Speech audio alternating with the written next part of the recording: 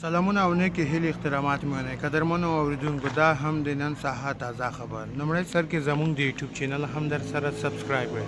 د افغانستان په لویدیځ هرات سیمهییز سرچینې وایي چې د هرات ښار نږدې ټول طالبان لاسته لوېدلي نن پنجشنبه ناوخته په ټولنیزو شبکو کې داسې ویډیوګانې خپرې شوې چې طالبان پکې وایي د هرات ولایت مقام ته ننوتل شوي دي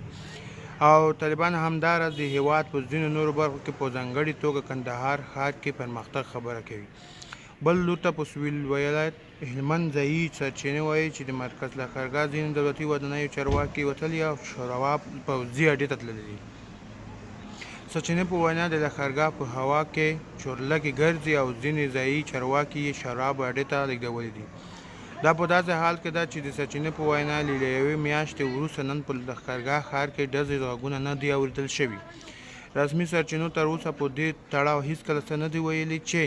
یادونې وړ ده که له تېرې نږدې یوې میاشتې راهیسې په لښکرګاه کې سخته جګړه روانه وه او ملکي خلکو ته هم دروند زیان پکې واوښت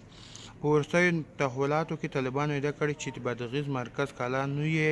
هم ولکاکې کړې ده خو تر اوسه دا خبره نه ده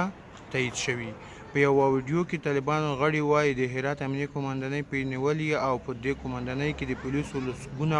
ولاړ ګاډي ته په اشاره وایي امنیتي ځواکونه ته پرېښي دي د هرات سیمهییزو خبریالانو د نوم له یادولو پرته دا تایید کړی چې طالبان د هرات ښار ډېرې سیمې ولکا کړي سیمهییزې سرچینې تایید کړي چې د هرات دولتي چارواکي ښار پرېښی او ظفرتکل اردو ته تللي دي دغه سرچینې زیاتوي چې دغه ولایت جهادي مشر چې په هرات کې د طالبانو ضد مقاومت مشري کوله هم له دولت چارواکو سره یاد کوله اردو ته تللی دی د هرات امنیه قومندانۍ مهمو ښارونو چې طالبان لاسته ورغلي دي